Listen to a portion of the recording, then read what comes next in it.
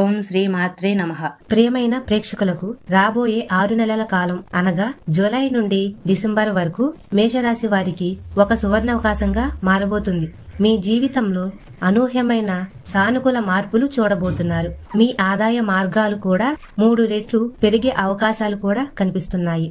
అలాగే ఉద్యోగం చేస్తున్న వారికి అకస్మాత్తుగా ప్రమోషన్లు మరియు ఉద్యోగం లేని వారికి కొత్త అవకాశాలు, ఇంటర్వ్యూలు జరిగే అద్భుతమైన సమయమని చెప్పవచ్చు. కేవలం వృత్తిపరమైన ఎదుగుదలే కాకుండా వ్యక్తిగత సంబంధాలు కూడా మెరుగుపడతాయి. మీరు పనిచేసే అధికారితో మరియు సహోద్యోగులతో కూడా ఉన్న విభేదాలు తొలగిపోతాయి. సానుకూల వాతావరణం నెలకొంటుంది. కుటుంబంలో మరియు సమాజంలో కూడా వ్యతిరేకంగా ఉన్న ప్రతికూల భావాలు తొలగిపోయి మీ చుట్టూ ఉన్న వారి అభిప్రాయాలు కూడా మీకు అనుకూలకంగా మారతాయి.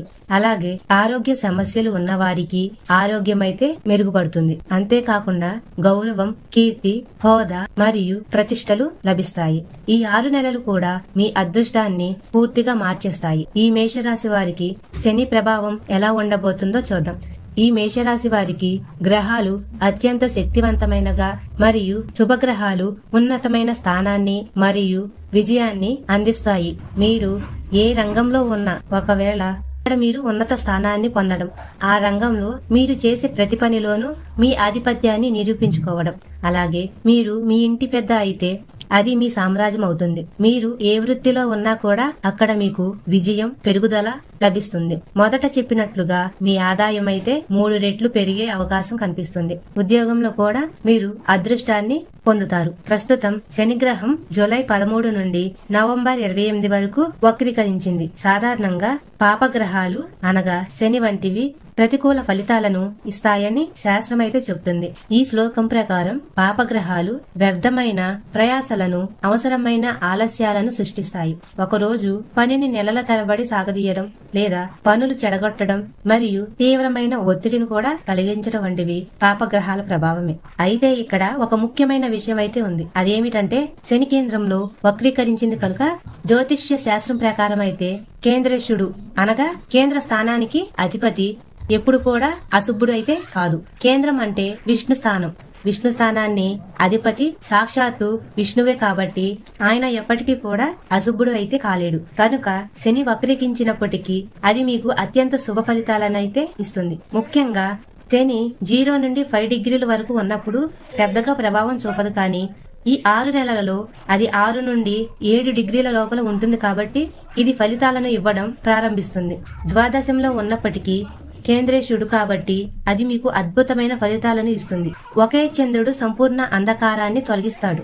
అలాగే లక్షల నక్షత్రాలు అది చేయలేవు. ఈ ప్రపంచంలో ఒక గ్రహం సరైన స్థానంలో శుభప్రదంగా ఉంటే అది మీ జీవితాన్ని సమూలంగా మార్చేస్తుంది. ఈ 6 నెలలలో ఇదే జరగబోతుంది. మేషరాశి వారు శనిని సానుకూలంగా ఉంచడానికి మనం ఏం చేయాలి, ఏం చేయకూడదు అని కూడా తెలుసుకోవాలి. అదేమనగా శని గ్రహం సానుకూలంగా ఉండడం చాలా ముఖ్యం. మీరు శని ప్రతికూలకంగా మార్చే పనులు చేయకూడనివి ఏమిటంటే ధూమపానం, మద్యం సేవించడం, అసభ్యంగా మాట్లాడడం, దూషణలను పాల్పడడం మరియు చెడ్డ వ్యక్తులతో స్నేహం చేయడం, పరిశుభ్రత పాటించకపోవడం, స్నానం చేయకపోవడం మరియు అస్తవ్యస్తమైన జీవన శైలిని కలిగి ఉండడం, ఈ రోజు చేయాల్సిన పనిని రేపటికి వాయిదా వేయడం, బద్ధకంగా ఉండడం, సూర్యోదయం తరువాత కూడా గంటల తడబడి మంచం మీద ఉండడం, ఇంటిని పరిసరాలను శుభ్రంగా ఉంచుకోకపోవడం మరియు అరుచుకోవడం, ఇంట్లో గొడవలు పెట్టుకోవడం మరియు ప్రతి చిన్న విషయాన్ని కూడా కోపంగా ఉండడం. అలాగే ఈ పనులు మీ శని ప్రతికూలకంగా సక్రియం చేస్తాయి. ఇది మీకు నష్టం కలిగించవచ్చు. శని సానుకూలకంగా మార్చే పనులు చేయవలసినవి ఏమిటంటే శని సానుకూలకంగా సక్రియం చేయడం ద్వారా మీరు విష్ణువును మరియు శనిని ప్రసన్నం చేసుకోగలరు. ఇది మీకు డబ్బు, గౌరవం, ప్రతిష్ట, హోదా మరియు అన్ని శుభాలను కూడా ప్రసాదిస్తుంది. గురుగ్రహ ప్రభావం వల్ల అదృష్టం మీ వెంట ఎలా ఉంటుందో తెలుసుకుందాం. శనితో పాటు కూడా గురుగ్రహం మీ అదృష్టాన్ని నియంత్రించే ముఖ్యమైన గ్రహం. అంటే అదృష్టం ఎక్కడైనా ఫలిస్తుంది. కేవలం విద్య లేదా పౌరుషంతో కాదు. మీరు చాలా మందిని చూసి ఉంటారు. వారు పెద్దగా చదువుకోకపోయినా అపారమైన విజయం సాధించి ఉంటారు. మీరు ఈ వీడియో చూస్తున్నప్పుడు కూడా కొందరు ప్రతికూల ఆలోచనలతో ఉండవచ్చు. అలాంటి వారి గురువు ఎప్పటికీ సరికాదు. మీరు మీ ఆచారాలు, ఆలోచనలు, ప్రవర్తన మరియు సంస్కారాన్ని మెరుగుపరుచుకోవడం చాలా ముఖ్యం. అప్పుడే మీ అదృష్టం ఉదయిస్తుంది. గురువు అంటే చీకటిని నాశనం చేసేవాడు. గురువు జ్ఞానం. మీరు చాలా ఎక్కువగా చదువుకోపోయినా, PhDలు చేయకపోయినా లేదా IAS పరీక్షలు సిద్ధం కాకపోయినా పర్లేదు. జ్ఞానంలో ముందుకు సాగండి. మీ ఆచారాలు, ఆలోచనలు మరియు ప్రవర్తనను మెరుగుపరుచుకోండి. మీ అదృష్టం ఖచ్చితంగా ఉదయిస్తుంది. జూన్ 9 నుండి గురువు శుభప్రదం కావడం మొదలవుతుంది. ముఖ్యంగా జూలై 13, 14 తర్వాత గురుదేవుడు పునర్వసు నక్షత్రంలోకి ప్రవేశించగానే మీ చుట్టూ అంతా శుభమే జరుగుతుంది. చింతించాల్సిన అవసరమైతే లేదు. ఈ రాబోయే 6 నెలలు కూడా మీరు సరైన దిశలో నడిస్తే మీ జీవితాన్ని సంపూర్ణంగా మార్చుకోగలరు. మీ అదృష్టాన్ని నిర్ణయించే కాలమైతే ఇది. అన్ని సరిగ్గా చేసి ముందుకు సాగండి. శుభ ఫలితాల కోసం మనం చేయవలసిన పరిహారాలేమిటో చూద్దాం. మీరు కోరుకున్న శుభ ఫలితాలు పొందడానికి కొన్ని ముఖ్యమైన పరిహారాలు పాటించడమైతే చాలా అవసరం. మొదటిది గురు మంత్ర జపం. గురుగ్రహాన్ని ప్రసన్నం చేసుకోవడానికి ఈ మంత్రాన్నైతే జపించండి. ఓం గ్రం గ్రీం గ్రోం సం గురువే నమః. ఈ మంత్రాన్ని 108 సార్లు పఠించండి. విష్ణు మంత్ర జపం. మీరు పై మంత్రాన్ని జపించలేకపోతే విష్ణువు మంత్రాన్నైతే జపించండి. ఓం విష్ణాయే నమః.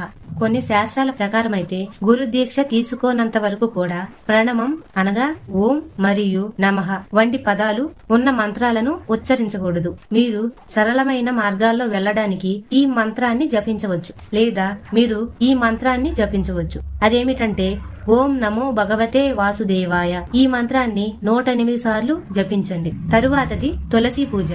తులసి మొక్కకు ప్రతిరోజు నీరు పోయండి. అయితే ఆదివారం మరియు ఏకాదశి రోజులలో తులసి మొక్కకు నీరు పోయడం మానేయండి. మీ నుదుట పసుపు లేదా కుంకుమ పువ్వు తిలకాన్ని ధరించండి. తరువాతది భగవద్భక్తి. నిరంతరం భగవద్భక్తిలో లీనమై ఉండండి. పూజలు, ధ్యానం చేస్తూ ఉండండి. కేవలం నిష్కమ భావంతో పూజలు చేయడమే కాకుండా మీరు సాధించాలనుకుంటున్న లక్ష్యాలను, కోరికలను మనసులో ఉంచుకొని పూజలు చేయండి. అదే సమయంలో మీ లక్ష్యాల కోసం కష్టపడండి, కృషి చేయండి. మీకు అంతా మంచి జరుగుతుంది, శుభం జరుగుతుంది.